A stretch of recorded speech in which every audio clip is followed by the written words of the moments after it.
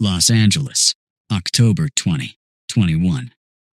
Right in the heart of the city, surrounded by towering glass high-rises, sits an exclusive luxury residential complex called Hope Plus Flower.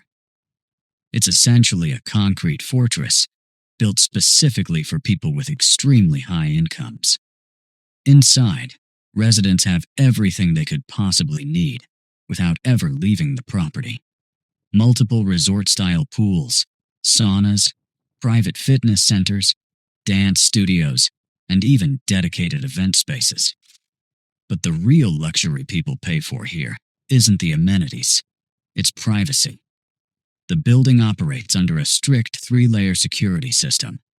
Cameras monitor every entrance, hallway, and common area around the clock. Access to the residential floors, underground parking garage, and elevators is restricted to personalized electronic key fobs. A random person off the street simply cannot walk inside. Security would stop them immediately. And yet, inside this tightly controlled environment, something happens that makes absolutely no sense. On the 28th floor, residents come across a dog wandering alone through a long hallway. The animal looks confused, but its owner is nowhere to be found.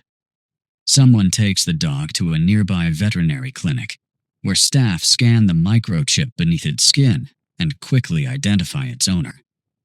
The dog's name is Seven. Its registered owner is 39-year-old Heidi Plank. But Heidi isn't anywhere in the building. Investigators search the entire 28th floor, inspect the hallways, and check the surrounding areas.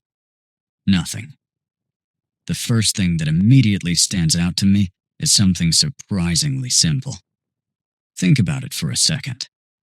How did Seven end up on the 28th floor of a locked luxury apartment building? Dogs can't swipe electronic key fobs through security scanners, and they certainly can't operate elevators on their own. There's only one logical conclusion. Someone brought Seven upstairs and left the dog there. But who? Was it Heidi herself, for some reason leaving her dog inside a stranger's building? Or was it someone else entirely? Someone who needed to make sure Heidi's disappearance went unnoticed? Before we get too deep into this complicated case, I want to ask for one small favor. If you're enjoying these investigations, please take a second to like this video and make sure you're subscribed to the channel. Your support is what allows me to dig through archives, track down official records, and put together detailed case breakdowns like this one. I truly appreciate every one of you. And the scale of this investigation is hard to wrap your head around. To understand just how serious it became, let's jump ahead 1 month. Late November 2021, about 40 minutes north of Los Angeles, near Castaic, sits the massive Chiquita Canyon landfill. It's an enormous open site where thousands of tons of city waste arrive every single day. Dozens of investigators, dressed in full white protective suits and respirators, methodically search through towering piles of trash. Heavy equipment moves massive sections of compacted waste, while detectives carefully examine the material by hand, looking for forensic evidence. By this point, authorities have officially reclassified the case as a major criminal investigation, and they are searching for human remains. How could a luxury high-rise in the heart of downtown Los Angeles possibly be connected to a massive landfill on the outskirts of the city? Detectives were convinced there was a direct connection, and they believed the answer went back to the very day Seven was found wandering that empty hallway. But as investigators began putting together basic information about the dog's owner, it became obvious that a routine missing person investigation wasn't going to get them very far. They expected to find the straightforward life of a divorced woman, raising her 10-year-old son in a quiet suburban neighborhood. Instead, that picture fell apart almost immediately. The moment investigators reviewed her financial records, everything changed. Rather than finding ordinary personal issues or family disputes. They uncovered direct connections to people whose names appeared in federal investigations involving the theft of tens of millions of dollars. Today, we're going to break down, step by step, how a woman who became a financial shield for powerful figures operating in the shadows also became the perfect target, and how her disappearance may have been concealed behind a wall of well-paid silence. This story actually begins 4 years before Seven was found, inside that high-rise. Back in 2017, Heidi accepted a job as the personal assistant to businessman Jason Sugarman. And this wasn't just another executive. Sugarman is the son-in-law of Peter Guber, the influential Hollywood producer and former head of Columbia Pictures. He moved comfortably in billionaire circles and was no stranger to high-stakes business deals. But in June 2019, that polished image came crashing down. Federal investigators uncovered a massive financial fraud scheme. According to the investigation, Sugarman and his business partners illegally diverted tens of millions of dollars from pension funds. While several of his associates received prison sentences of up to 15 years, Sugarman reached a settlement with federal authorities. He paid a $10 million penalty and avoided prison. It was right in the middle of that scandal that Heidi's career took a jump that made very little sense. She went from being an ordinary executive assistant to serving as the chief financial officer of Sugarman's investment firm, Camden Capital Partners. There's just one problem. She had no formal financial education, not a single degree in accounting, finance, or anything related to the job. Even more surprising, official records listed her as the company's only employee, despite the firm's multi-million-dollar operations. And here's probably the strangest detail I came across while fact-checking this case. The entire investment company was officially registered at Heidi's own home address in the small city of Downey. Let's be honest, that doesn't look like the headquarters of a legitimate investment firm. It looks much more like a company that existed mostly on paper, and she was paid extremely well for that role. Her annual salary climbed to $125,000. She owned a home valued at around $1.5 million, and sitting in the garage was a brand new Range Rover worth about $90,000. From the outside, it looked like the picture of success. In reality, Heidi had become a convenient financial shield. Documents and money connected to a businessman linked to a massive fraud investigation passed through her hands. She knew about every hidden transaction her boss was involved in. Before long, those secrets stopped being someone else's problem. They became a burden that put enormous pressure on her own life, turning it into something that felt increasingly impossible to escape. To understand just how vulnerable Heidi was when real danger entered the picture, we need to go back several years. In 2015, long before she was given that questionable executive position, she went through a severe mental health crisis. One day, without any obvious outside trigger, she experienced an acute psychotic episode. She completely destroyed her son's bedroom, then climbed out of a window while only partially dressed, jumped over a neighbor's fence, and made her way onto the roof of a nearby house.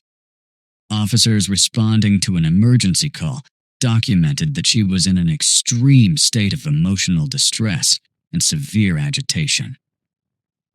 But what happened next was even more alarming. Heidi herself asked to be admitted to a specialized psychiatric facility. While under medical supervision, she genuinely insisted that she did not have a son. Even more striking, witnesses later recalled that she looked at the scar from her cesarean section with complete confusion and repeatedly asked how it had gotten there. Over time, carefully prescribed medication helped stabilize her condition. She returned to her normal routine, and her life appeared to get back on track. But this documented episode makes one thing very clear. Her mental health had already shown signs of being highly vulnerable under extreme stress, and stress was never in short supply. That included her personal life. She and her former husband, Jim Wayne, had divorced years earlier, after a marriage that lasted only 2 years. Jim was 24 years older than Heidi, a successful and fairly conservative hairstylist from Beverly Hills. The two shared custody of their son, Bond. For the most part, they managed to co-parent reasonably well, but disagreements over how to raise him never really went away. Jim believed in firm rules and structure, while Heidi preferred a much more relaxed and permissive parenting style. Her current relationship added another layer of pressure. Her boyfriend, Naeem, lived in San Francisco, nearly 400 miles away from Los Angeles. Because they saw each other only occasionally, the long distance often led to frustration and recurring arguments. Now let's go back to the fall of 2021, just weeks before the incident inside the empty hallways of that high-rise. Under the weight of other people's financial secrets and the growing pressure in her personal life, Heidi's behavior begins to change dramatically. She repeatedly tells Naeem that she's living with an overwhelming sense of anxiety. During phone calls, she openly says she's afraid of someone, that she believes she's in danger, but she never says who she's afraid of. Then, shortly before she disappears, she sends Jim a text message that immediately stands out. Out of nowhere, she warmly thanks her ex-husband for everything he's done for their growing son. Jim later tells investigators the message didn't feel like an ordinary expression of gratitude. To him, it sounded much more like a final goodbye. Now I want you to pay attention to one technical detail that completely challenges the idea that this was some kind of spontaneous disappearance. As detectives continued their investigation, they uncovered an astonishing fact.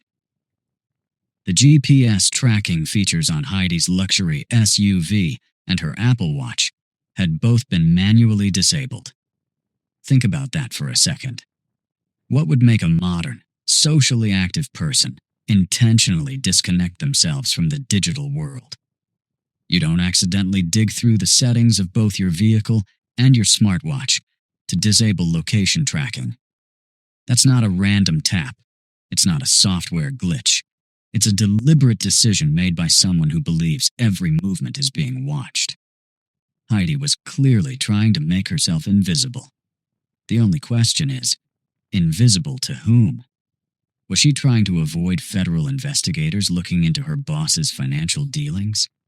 Or was she hiding from the very people whose dirty millions had been flowing through her home computer? What happened immediately after Heidi disappeared only made the case even stranger. To understand the sequence of events, it's best to follow the timeline exactly as it unfolded. Just 2 days later, on October 19th, before anyone had officially reported Heidi missing, and before the story reached the media, something happened that investigators still struggle to explain. A security camera outside Heidi's home in Downey captured an almost surreal scene. Jason Sugarman, the multi-millionaire owner of the investment firm, personally drove to the modest suburban house of his missing employee and left a box of muffins on her front porch. What was that visit really about? Was it a genuine act of concern from a worried employer?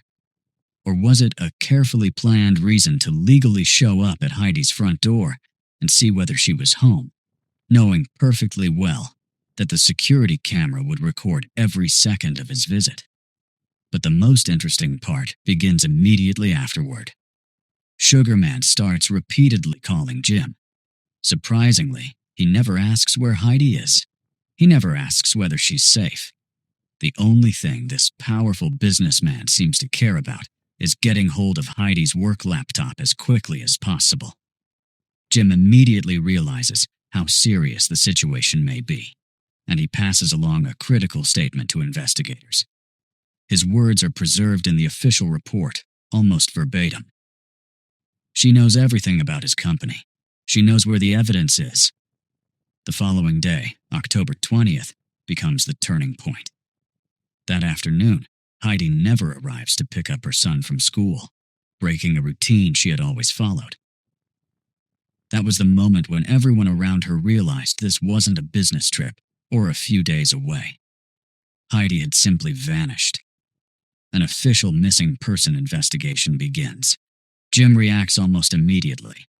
By October 26th, he files an emergency petition asking the court to grant him full legal custody of their 11-year-old son. At first, that legal move raises eyebrows.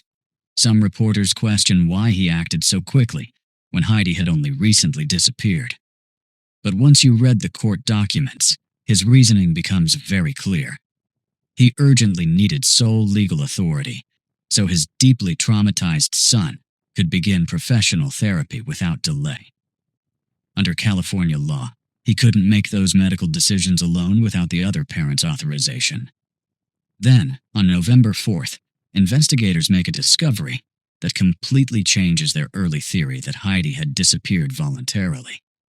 Detectives locate her gray Range Rover, but it's not parked at the luxury apartment complex where Seven was found. Instead, it's sitting inside the underground garage of an entirely different residential building just a few blocks away. Someone had deliberately moved the SUV to another parking garage. It looked like an intentional effort to throw investigators off the trail. And that move worked almost perfectly. What detectives ran into next became one of the biggest obstacles in the entire investigation. The management of the Hope plus Flower complex repeatedly delayed investigators' access to the building's surveillance system, citing various legal reasons. Ask yourself a simple question. Why would a luxury residential building work so hard to slow down an official investigation? The answer seems fairly obvious. Every day they delayed gave them more time. The surveillance footage was only stored for a limited period before the system automatically overrode it. While investigators battled corporate attorneys for access to the building's digital surveillance archives, an unsettling rumor began spreading among residents of the high-rise. Neighbors recalled hearing what sounded like a gunshot coming from one of the upper floors just a few weeks earlier. Then there was another story. On the very day Heidi disappeared, a private party was reportedly taking place inside the building. According to rumors circulating among residents, someone at that gathering suffered a fatal overdose involving prohibited substances. People claimed the body was quietly removed to avoid drawing attention to the owners of the multi-million-dollar apartments. Whether those stories were true or not, one thing was obvious. The wall of silence surrounding that building proved stronger than the concrete structure itself. Now that we understand the enormous weight of other people's secrets Heidi had been carrying, it's time to reconstruct October 17th, minute by minute. Later that afternoon, Heidi walks out of her house. A security camera captures her wearing completely ordinary clothes, dark jeans, a light-colored t-shirt with a smiley face design, and a lightweight sweater tied casually around her waist. Seven is walking nearby. At first glance, it looks like nothing more than a routine trip to attend her son's school event. But when forensic investigators later search her empty home, they discover something that immediately stands out. Her cell phone is still sitting on the kitchen table. She had deliberately left it behind.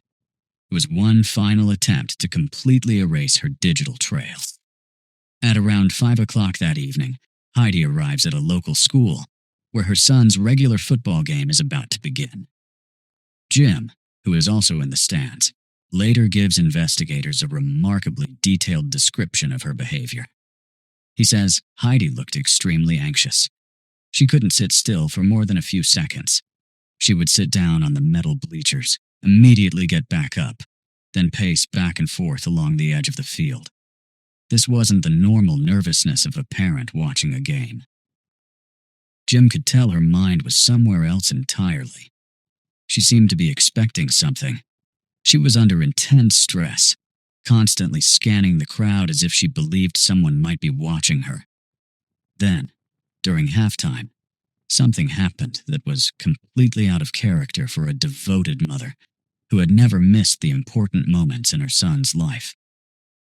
Without saying a word, Heidi suddenly turned around and walked away from the stadium. No explanation. No goodbye to Jim. Not even a few words to her son, whose birthday was only a few days away. At the time, Jim didn't panic or try to stop her. He knew her weekend plans with Naeem in San Francisco had fallen through, so he assumed she had decided to drive there and work things out with him. Not one of the dozens of people at that field on that cool October evening had any idea they were seeing Heidi alive for the last time. About an hour and a half later, at around 6:30 p.m., an exterior security camera at that same gated luxury high-rise captures the final confirmed footage of Heidi. Night is beginning to fall. She walks confidently along the well-lit sidewalk, holding Seven's leash firmly in her hand. If you look closely at those few seconds of video, one detail immediately stands out. Compared to the footage recorded earlier outside her house, she's no longer carrying her purse. Most likely, she left it inside her SUV, the same vehicle that someone would later move into the underground garage of a neighboring building in what appears to have been an effort to throw investigators off the trail. Heidi walks through the secured entrance and disappears inside the building. From that moment on, there are no confirmed sightings of her ever again. What happened behind those secured doors can only be reconstructed from official court records. Years later, the court concluded that she most likely died at around 9 p.m. that same evening. And this is where I keep coming back to the same question. Think about it for a moment. How does someone simply vanish inside a building where security cameras cover virtually every hallway, entrance, and common area? According to investigators, whatever happened took place during that 3-hour window. Afterward, someone had to move quickly to eliminate any forensic evidence. Seven was simply left, wandering an empty hallway on the 28th floor. Heidi was gone. Investigators believe her remains were likely removed from the building without attracting attention, possibly through service elevators or areas connected to the building's waste disposal system. This doesn't look like a random confrontation. It looks much more like a carefully planned cleanup operation carried out inside one of the most heavily monitored residential buildings in Los Angeles. In 2023, the court reached a formal legal conclusion. Heidi was officially declared deceased, but the biggest breakthrough in understanding what may have happened didn't come until 2025, when NBC released the findings of its independent investigation. Suddenly, it became much easier to understand why potential witnesses inside the luxury tower had remained so silent. According to that investigation, illegal high-stakes poker clubs were operating on the upper floors of the building, allegedly run by individuals connected to Russian and Israeli organized crime groups. Detectives confirmed they had, in fact, conducted raids there. The residents weren't staying quiet out of vague fear alone. Any statement to investigators could have exposed a multi-million-dollar illegal gambling operation. And what about Jason Sugarman, the boss who seemed so determined to recover Heidi's work laptop? As of mid-2026, he remains a free man. He has never been charged in connection with Heidi's disappearance.